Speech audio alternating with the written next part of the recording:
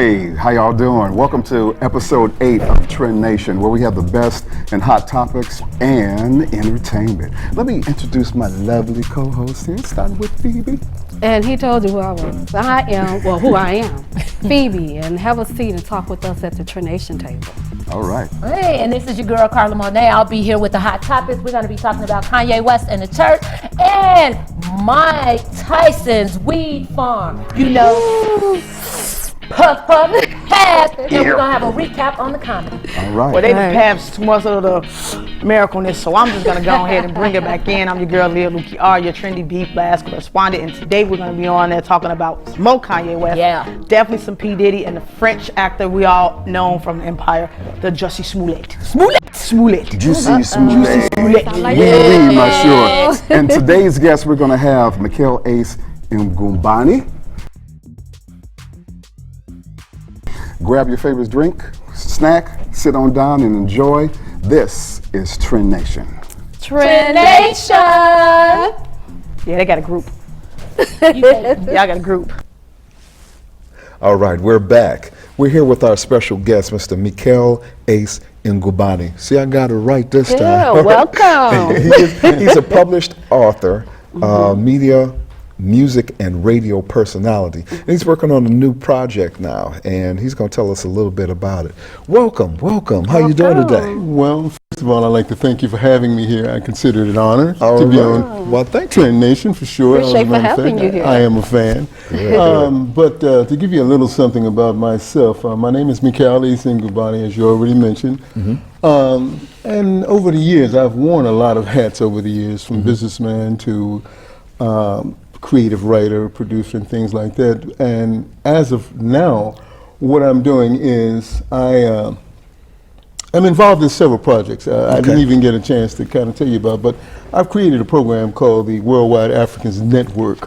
Oh, okay. And what we do as African descended people is that we interact, those of us who are of African descent in this country, we're opening up the lines of communication with recently immigrated Africans to this country, and we're starting to interact and socialize with one another and open up the lines of communications. And so I hosted a conference between recently immigrated Africans here and those of us of African descent, and I've built a stage play around it. And it's ironically called Are We Africans? Because a lot of people lack an understanding or self-identity. They have no idea as to who they are, where they come from, or their heritage, or anything like that. So we want to kind of try and bridge that particular gap with understanding and with knowledge. I also have created a publishing company that targets and gears itself toward African-descended children in this country and abroad. Okay. And it's one of my pieces has been drafted into a full-fledged stage play,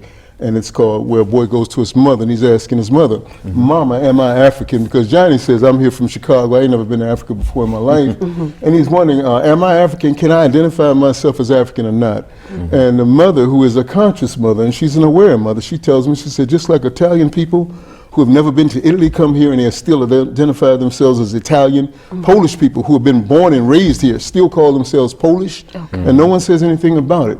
Only when it comes to those of us who are of African descent will someone try and challenge us on our particular ancestral heritage and whatnot. And you don't have to let them do that to you. You don't have to go for that. Now, you didn't ask me all of that, but I just thought I'd give you an idea of some of the things that I'm doing. Yeah, but to backtrack a little bit about the play that you are working on called Are We Africans? Are We Africans? Now, are you casting for that? Yes, as a matter of fact, because what I want to do is, there's a lot of stereotypical impressions that we have of one another. And most Africans who recently immigrate to this country, whether anybody knows it or not or was aware of it or not, but they're kind of like pre-programmed and pre-taught not to interact with us on a social level. And that's one of the requirements. That's one of the requirements that they have to comply with in order to stay in good graces, so to speak, with the policies of this particular country. So with that being said, we are in the business. There are people all over the world, man, that are trying to bridge this gap between us, because there's been a divide between those of us of African descent and people, and they got misconceptions about us all day long. We have misconceptions. We've been told that they don't want to be bothered with us. They've been told we don't want to be bothered with them. So most of the material that I do kind of covers that particular type of misunderstanding, and that's what I'm most comfortable with. Educating them. And Yes. I think that roughly what that comes from is that when they brought us over across the pond. You call it a pond? Yeah, that's what they call the pond.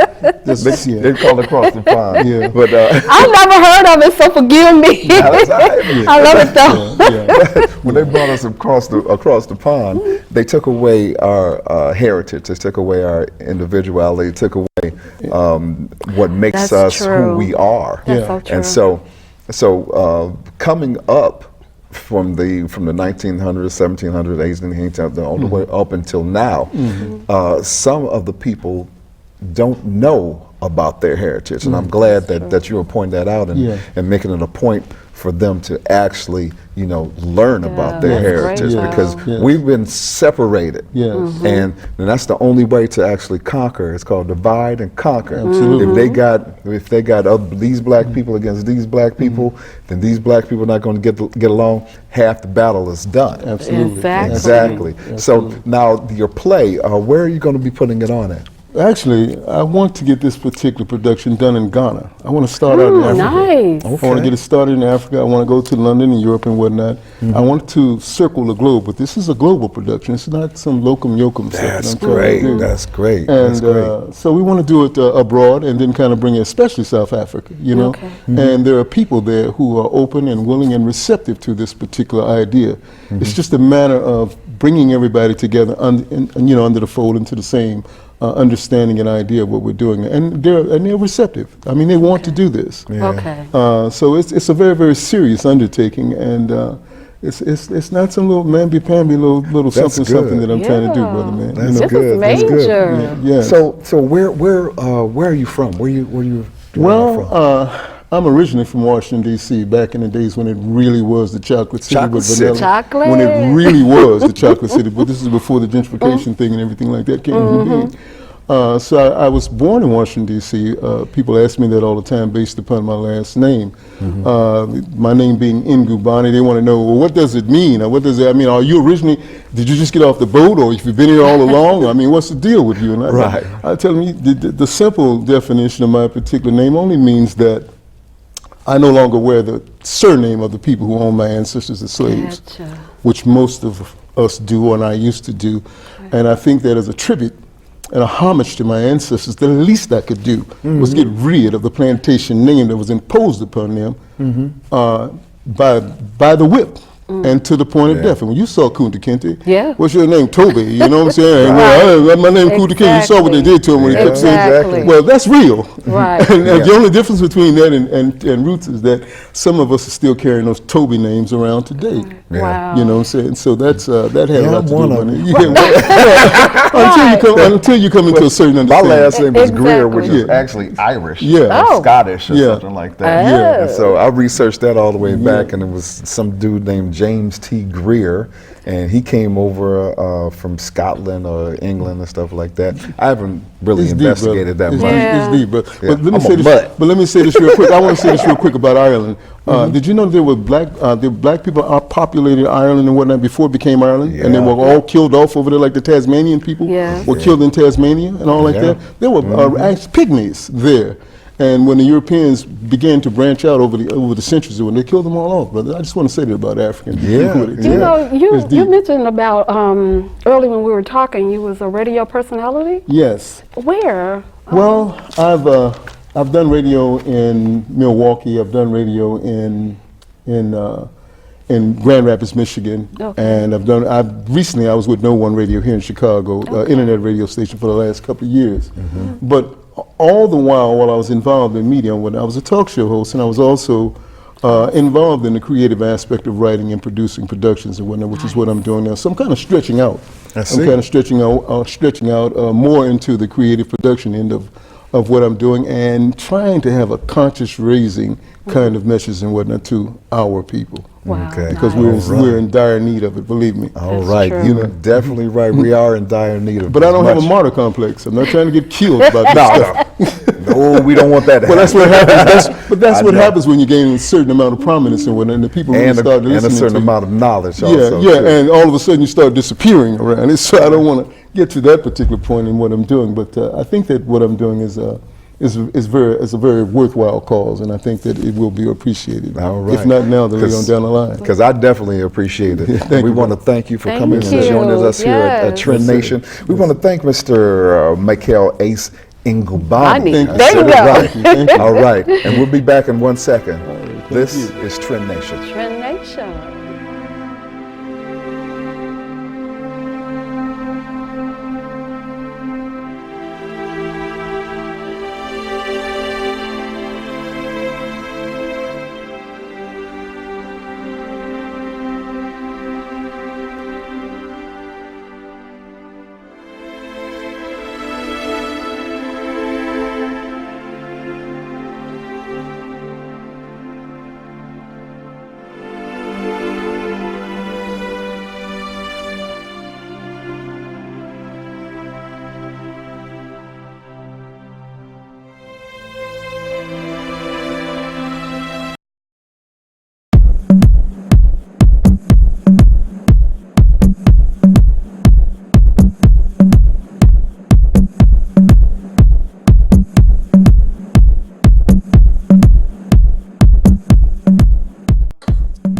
Hey, welcome back. This is your girl Leah Lukey Art, and this is your Trendy Beat Blast. And we got a couple of subjects we want to go ahead and touch on, so we're just going to get into it. Let's talk about a man, Kanye West.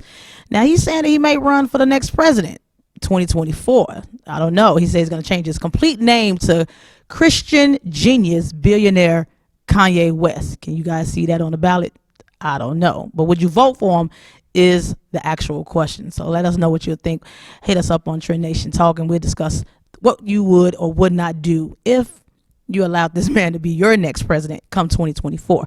Now let's jump into Jesus is King. Y'all already know that's his album that hits his 9th album, #1, and all 11 tracks has hit the Billboard. Now that is an actual record. Most people is not able to do it, but he has hit on his 9th album, and this one is going. And he's making his headlines all across America right now, including taking the attention of Joel Osteen. Now, you know, he has this mega church out in Houston in which they're going to be meeting up this Sunday, November 17th, to discuss further things about his new, I'll say, way of life right now.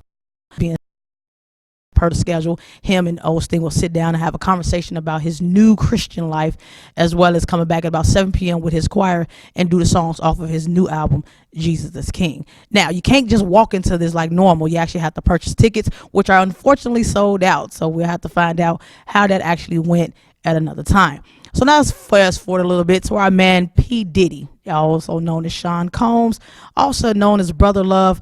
You pretty much get what I'm saying. So now he's trying to go and change his middle name to Sean Love Combs. We could talk about that all day and laugh. I don't know if it's because he loved Combs or is he just love the name Love and wants to be loving. I'm not sure. And that news came out weeks after he actually gave out his phone number to everyone so he could be more in tune and in touch with his fans. Now, I'm not going to sit here and tell you that I did not text him. I did. I texted him and I called him. I'm still waiting on a reply. Hopefully that number is a legit number and he do get back with me. I'll keep you in tune with that. Now, let's go ahead and fast forward up to our, as we say, our little, I don't know what to really call him actually, because he's just doing a lot of trouble right now. But you all may know him on Empire as Jussie Smollett. Now, with that being said, everybody know back in January 2019, the young man allegedly said that he was involved in some racist and homophobic slurs with some people that he said he did not know going to get some Subway sandwiches. Unfortunately, the city of Chicago is not pleased with all the investigation and the things that they tried to do to come into his aid. With that being said, they said it was all lies and they want their $130,000 back for investigating the whole alleged situation that occurred with him. Justice still claiming his innocence in it all, but yet City of Chicago is not going to walk away with that easy. He's trying to go and get that case dismissed, but City of Chicago is like, absolutely not. We're going to actually keep those charges going in hopes that they can get that money back. It's a lot of stuff going on in this little so-called entertainment world. Hope you guys are staying following. If you're not, stay with me. I'll get you all the information that you need. Again, if you have any questions, comments, or concerns, let us know at Trend Nation Talk. I'm your girl, Leah Lukey Art, and this has been your Trendy Beat Blast. Peace.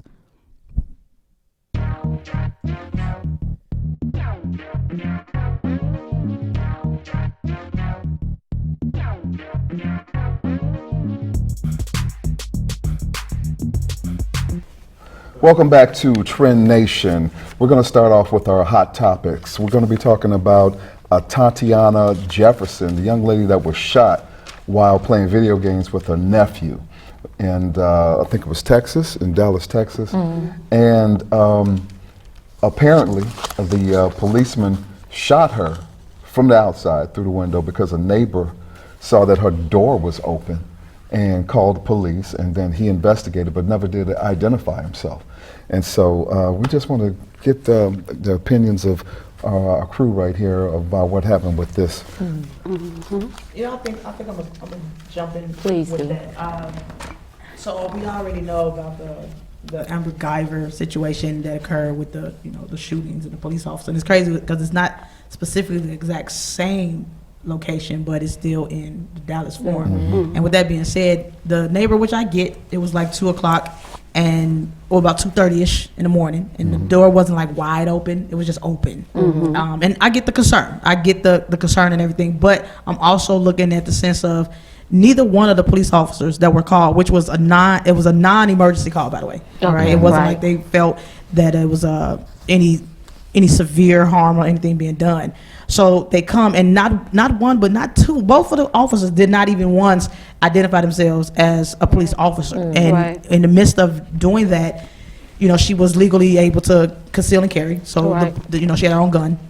And then from there, she heard noises. That's the only reason why she actually grabbed her gun, is that she heard the noise outside of the window. Now, I wasn't sure if it was a bedroom window or because it was a house, but the police officer, had the flashlight, which kind of blinded her because she wasn't able to see that, that's a police officer. And he still, even at that moment, did not identify himself as a police officer. And all he said was, show me your hands, and shot her. Just like that. It was nothing that that was a moment where she was like, oh, it's a police officer, and then, I'm going to go ahead and, show my hands and, let the gun down, anything like that. Yeah, but since when has it been okay to actually shoot somebody inside their house from the outside? I don't understand that. But I think a lot of these police officers are more anxious, with the anxiety, anxious to do something, or just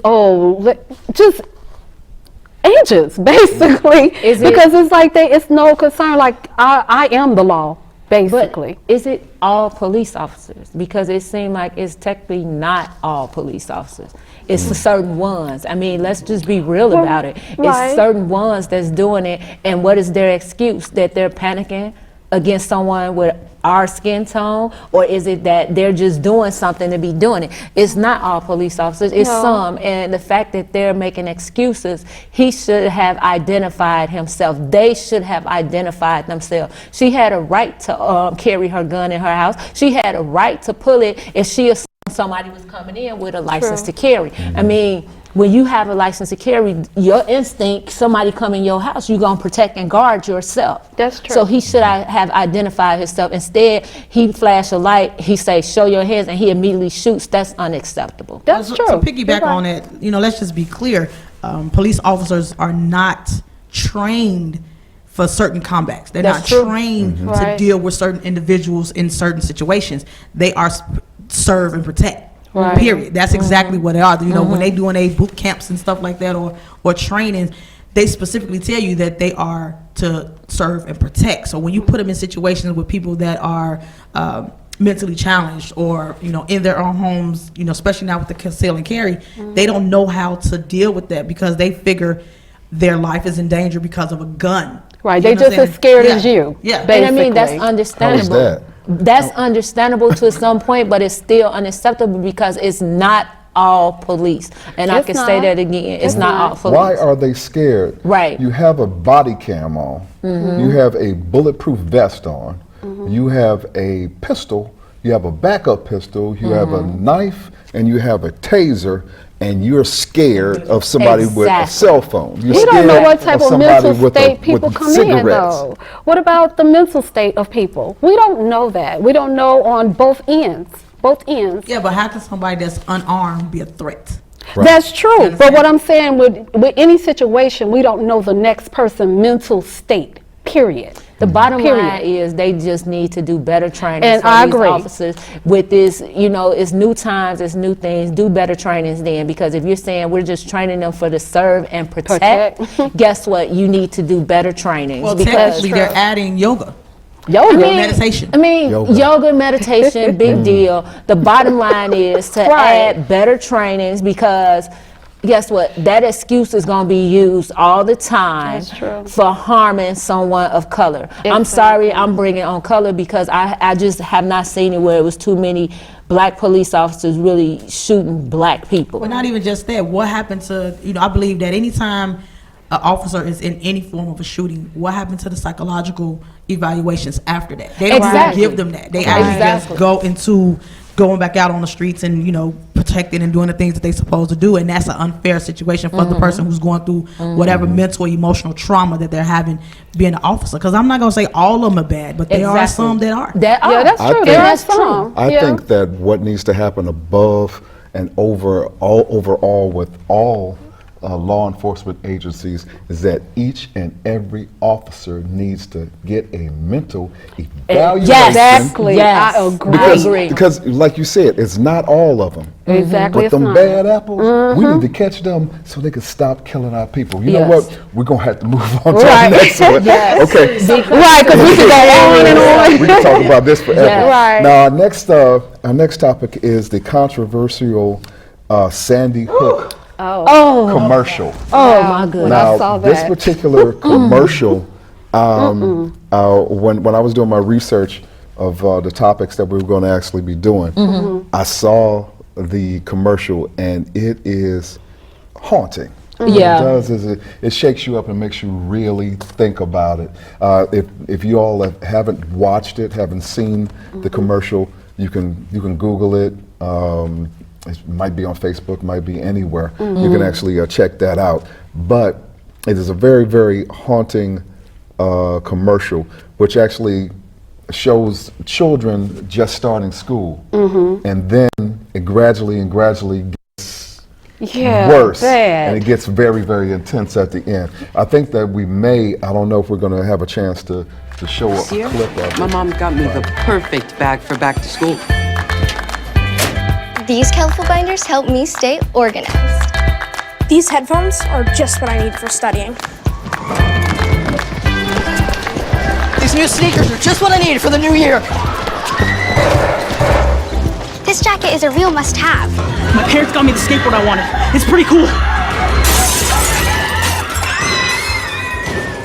These scissors really come in handy in art class. These colored pencils, too.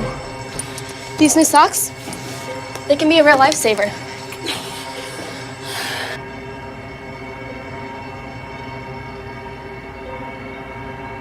I finally got my own phone to stay in touch with my mom.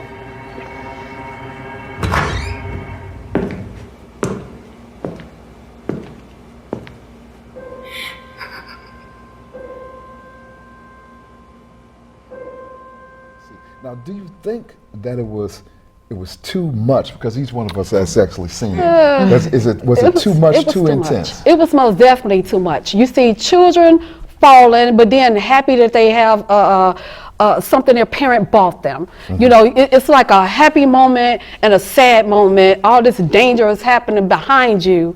And it's like, how am I supposed to, or the children supposed to enjoy school? This commercial actually put you in fear. When I was watching it, I was getting sad. I got teary-eyed. Like, oh my God, the ending really just blew me away. It's because the way they did it. You had a kid showing back to school book bags, showing this or whatever. Right. Then you have a kid say, I got new tennis shoes so I can run. Then you have other things.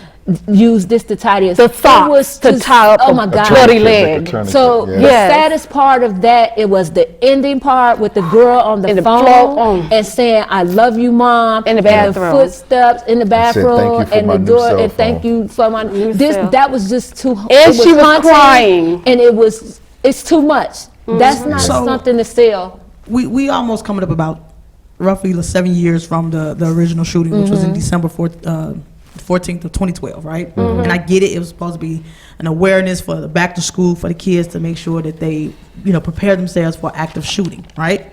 I'm 100% understanding with that. But of course, I believe the direction was a little gory for kids, as far as especially kids nowadays who's into trying to mimic the things that they see. And 1 minute, like you said, is hey, this stuff back to school and the pens and the but then it's all for protection.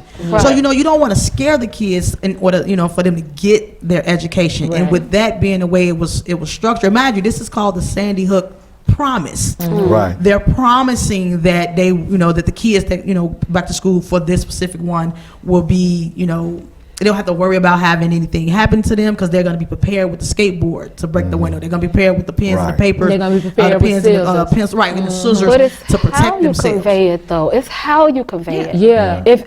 If you want someone to receive what you're saying, give it to them in a way that they can receive it. Babies are so precious.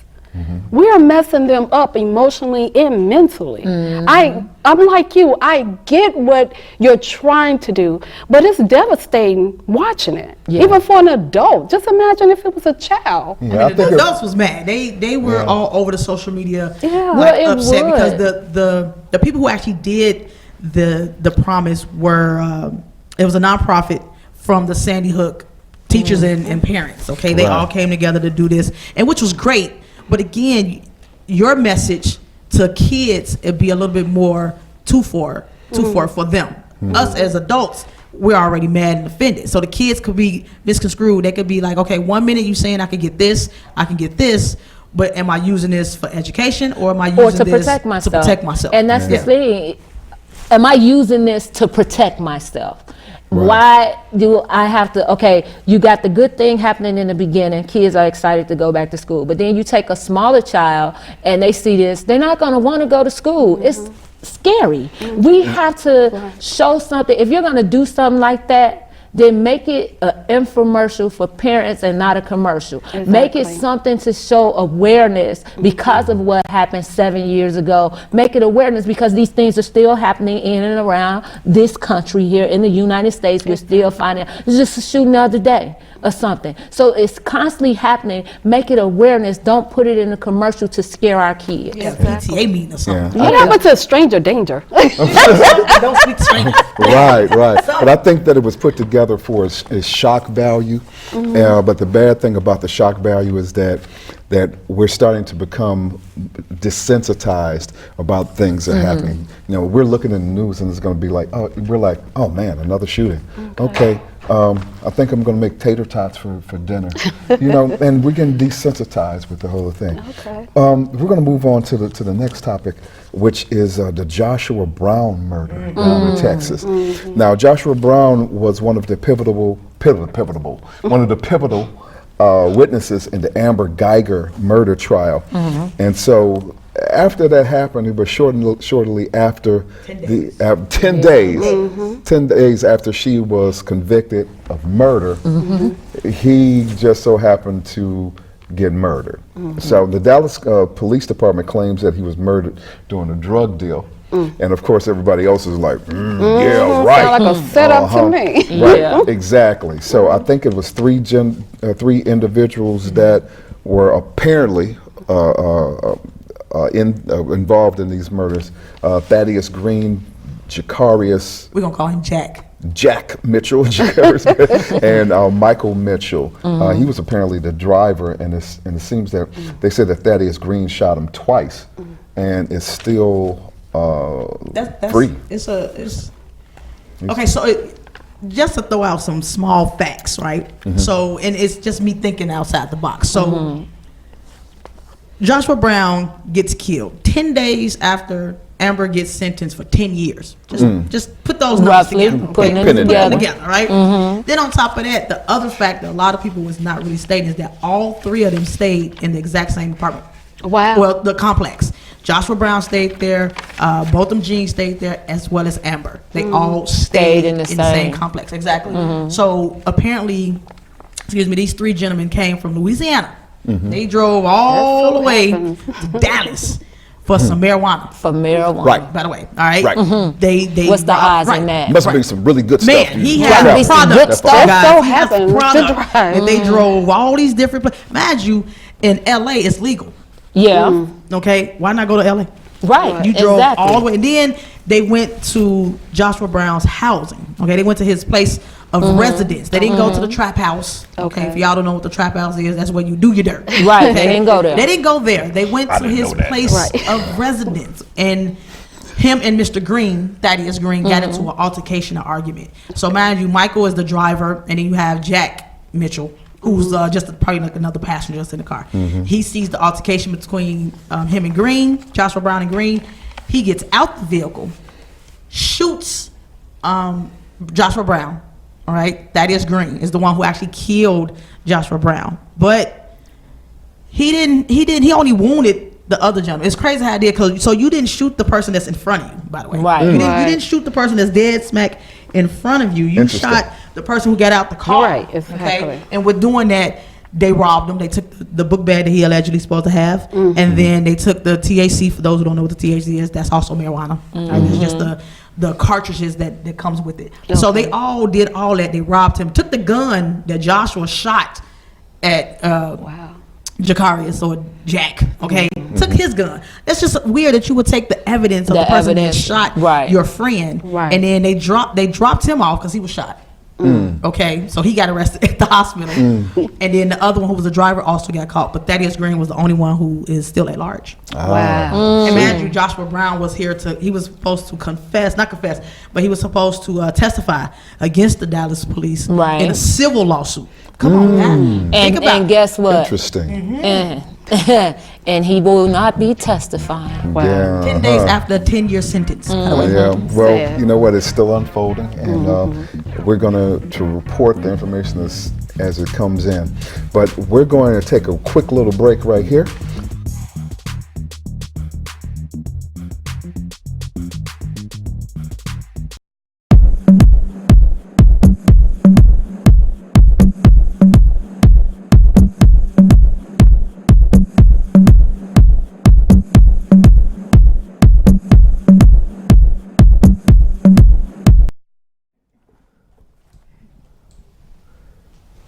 Welcome back to Trend Nation. This segment is called The Talk at the Trend Nation Table, here with Phoebe. Yes. So we're going to talk about a number of topics and stuff like that. And when you go to our Facebook page, give us some suggestions and give us some comments and cool criticisms and stuff like that. And and you might be on the show. At least what you say might be on the show. Yes, so look, this is Talk at the Trendnation Table. So today we're going to start it off with fighting over who? Now, we know that women, we fight over men, or we shouldn't be fighting over men, but we do, right? But not me, you. But see, but think about this. You remember back in the days when we had Shirley Brown? Okay. That song, Woman to Woman. Remember when Shirley called up Barbara? Shirley was like, look, Barbara. That's my man, basically. But they talked about it. Or Mary J. Blige, with her song, Your Child, the baby mama came to the door. Guess what they did? They talked about it with no disrespect. But it seems that we can't pretty much do that. But the way they came up with their resolution was like, hey, either we gonna do without a fight, accept it or reject it, and sometimes the man was present and sometimes the man wasn't. Either way, they came to a resolution. Yeah. But let's talk about today. What y'all doing? Wow. Okay, so now we start off on social media. What we do? We bully the other woman. Do we really attack the man? We're like, I know you ain't messing with that girl. Yeah, that's all we saying, right? I know you ain't messing with that girl. But we go really hard on the woman. Not only we do the social media beefing, we do the fighting, you become hospitalized and maybe murdered. And that's not a great thing. So to me, it's like, did you really win? Who did you win? Are you happy with what you won? but did you really? Basically. But then we think we got something and we don't. So 9 times out of 10, that man is going to, still be with the other woman? Well, that's kind of hard to say. The thing is with social media now, we don't know exactly what people are going to do because you got people that are all kinds of people that are different and they do different things. They react differently to different things, and so I think that social media has amplified the situation because not only is that person embarrassed privately, now they're embarrassed publicly. Right. So her girl, their friends, their sister, cousin, homies, people that they went to college with, all of them are seeing all this different stuff. Right. And then it gives them a higher concentration of embarrassment. Yeah, that's true though. And so, this social media is a very good thing, but then again, it is very detrimental to the human race and how we interact with each other. So you're right, because I posed the video on social media just to get some, clarification on some things. So we have Jackie Avant, who stated they are fighting their self-esteem issue. Instead of dealing with their lack of love for themselves, they are dependent on a man to do for them what they should have done for themselves. And when another woman steps in the picture by the man account, because if he was for you, that wouldn't have happened. They want to blame her instead of being accountable. She also said, and what is there to talk about with anyone but him?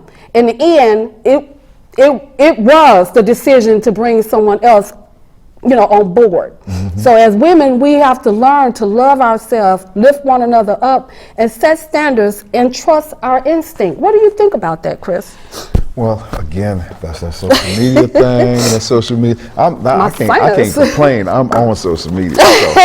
So Me too. I'm on the Twitters and all the rest of the other stuff, and the Twitters, the Instagram, Facebook, and all the rest of the stuff. So look me up. I am Chris 64. No, he's not doing a plug. No, I'm not doing a plug. But the thing is that it is that social media type of thing that you mentioned something on here about why would they do it? Something I forgot. I'm sorry, I lost my train of thought. But the thing is that mostly with social media, what it is that it amplifies the situation, like I said before. Right. Now, hopefully, what men and women should do is you said something about self-esteem. That's what it was. Yeah, the self-esteem. The self-esteem problem. Okay, just like I said before, people act differently and react differently to different things. So therefore, if you have low self-esteem, those types of things really get to you, and you may resort to violence, suicide, or different types of things. Beat up your dog or your walls in your house, or you crash all the silverware, not the silverware, the china or something like that.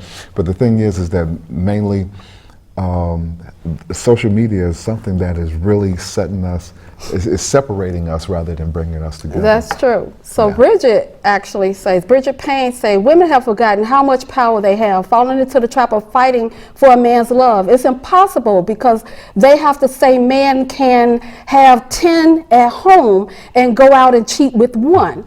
Women nowadays are much more young-minded and think that's the answer and still end up sharing that man. Now we have a man that has something to say, Henry Craig. Actually, he's my cousin. So he said, he said they still do that. I'm thinking he means that they still talk. Not for sure. He said he hasn't had the luxury of women fighting over him. When I was single, maybe 40 plus years ago, I was in control of all friend girls. Being in the entertainment business, I had no drama time and had to make those Benjamins pay my support for my family. So I thought about, there was this, back in 2017, There was this young lady that was killed. She was a police officer's daughter. And it was a fight between two women over one man. But the man is the one who was telling the story to the news. You know, he was saying, oh, they got into a fight and I tried to stop it, but the beef started over on social media over him. Then it became face to face. He actually, she, the baby mama, actually hit the young lady and, pinned her to a tree. With a car. With a car. Exactly, with a car. And she backed up and the young lady was still attached to the car, and she wound up going under the car and she drug her. So, but look what happened. Baby mama went to jail and girlfriend died. And who's still sitting there? The boyfriend. Guess what he's doing? With someone else. Isn't that food for thought? So women, we have to get it together or leave it alone. Put your crown on, baby, and walk with your head straight. And we're gonna make men like Chris respect us like such. That's right. See? I respect y'all. That's my buddy in crime. But get it together. And women, stop fighting over these men. Because we ain't worth it. They're not worth it.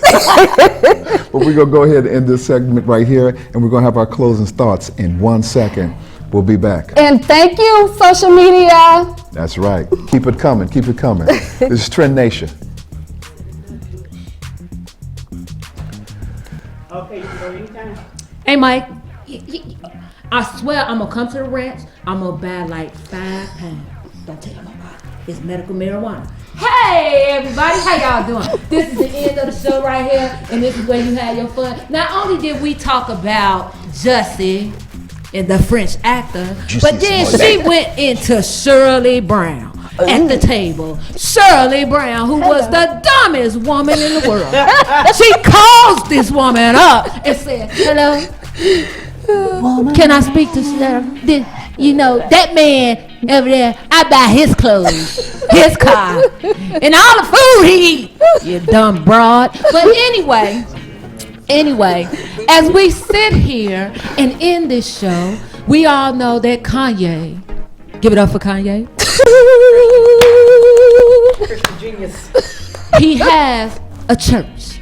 Wow. And his church is his new album, Jesus is King. And the reality is, we all know that Jesus is King, but we do know that anyone can be saved, including Kanye. Yes. So give it up for Kanye for trying to Yes. make a change, if that is Kanye. true. If that is true. But anyway, watch your purses and your keys and your cell phone, because the woman in the back to my right is a thief. Thank you for that. And the man in the middle is a klepto.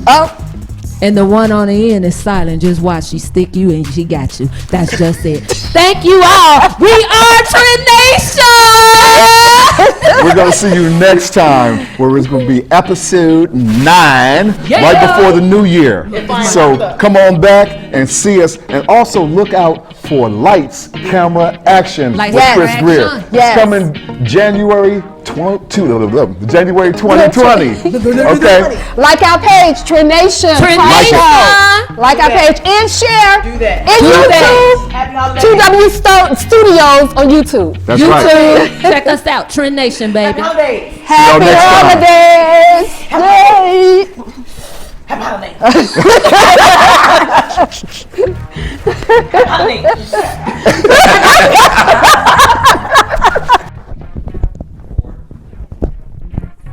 Can you hear me?